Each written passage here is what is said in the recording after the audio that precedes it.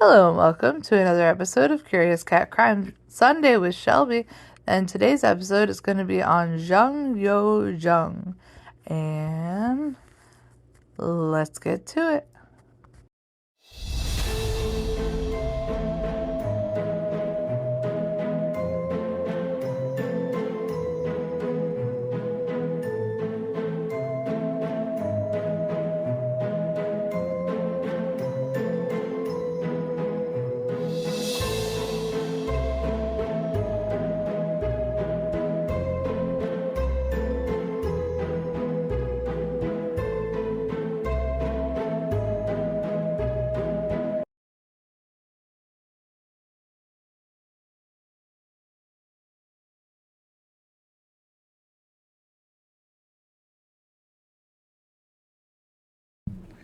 Today's story is going to be on 23-year-old Yoo Jung, who is a woman who was charged with the murder of a woman in her 20s in Busan.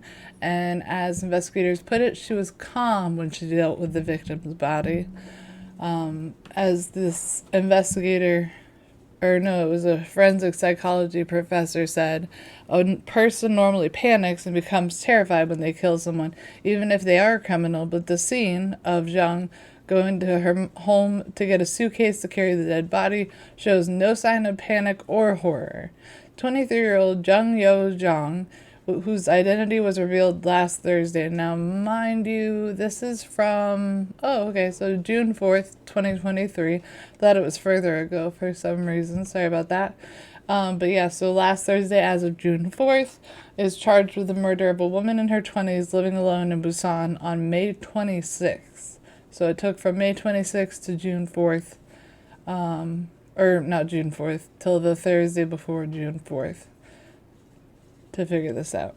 The victim, a university student and freelance tutor, and Jung had met them through the tutoring brokerage app. Jung, who disguised herself on the application as a parent, approached the victim and asked her to teach her child English. The suspect then purchased a school uniform, wore it to look like a student, and visited the victim's home. A security footage showed Jung bringing a suitcase from her home to the victim's home, which was later used to carry and dump parts of the body after killing them. I will place the photo somewhere. She also left the victim's home after changing into the victim's clothes as they were blood-stained on the uniform, police said. As to why Jung killed the woman in her age group who was a stranger to her, Lee, the forensic psychologist professor, suggested that Jung admired and wanted to have what the victim had. I think we can say that Jung wanted to have what the tutor had, such as her social status and academic background, and that is why she chose this victim, Lee said, pointing out that Jung was possessed the victim's ID card even after dumping the dead body.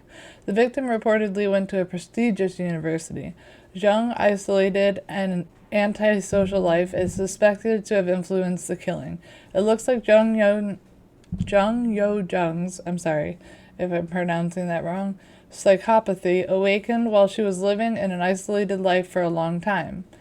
Bae Sang-hoon, a criminal profiler and police administrator professor at Woosuk University, told Joang Ilbo, who I believe is who wrote the article that I'm currently reading through. But after finishing high school, Jung reportedly lived isolated for 5 years and has never been employed. Come on, buddy. Hi. Sorry. Easily distracted. For Jung, there's a high possibility that she may not have been able to differentiate reality from the virtual world of murder she was into. So the reason I chose this case is because I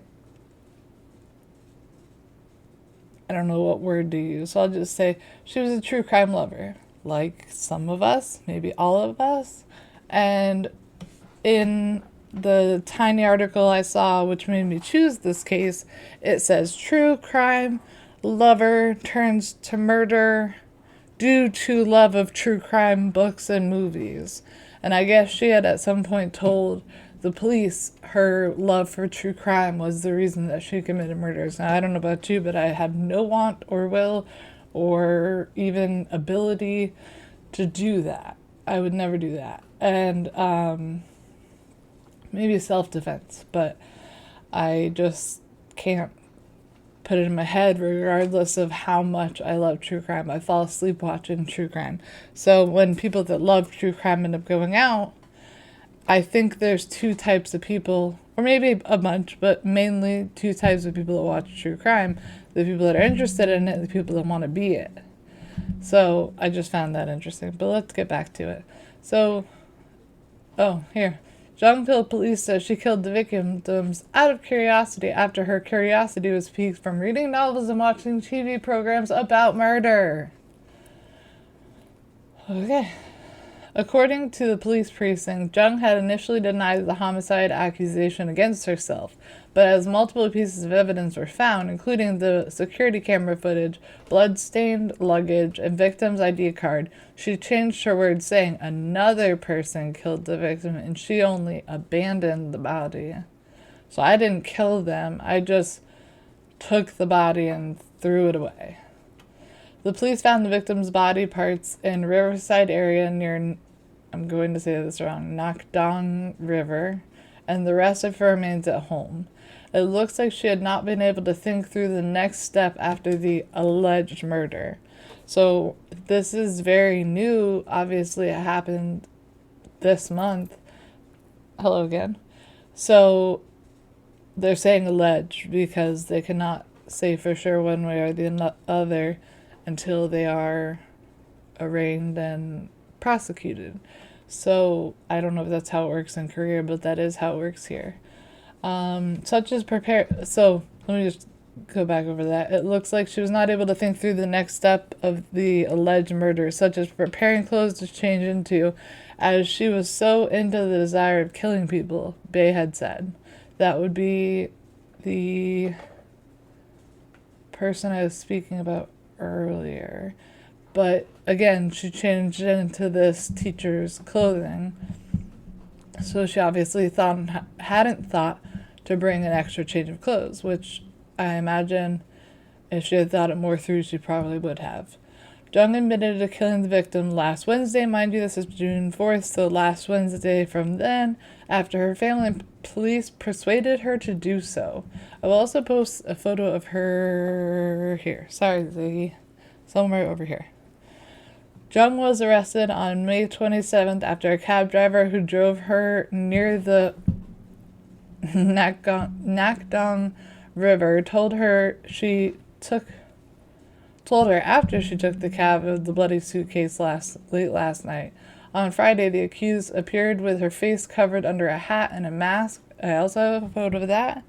As she turned over to the prosecution, it marked the first time she appeared in front of the press after her identity was revealed a day earlier. In Korea, the authorities decided to disclose suspects' identity, including their name, photo, year of birth, if the case meets certain conditions and the public's right to know the identity of a violent crime suspect and convicts.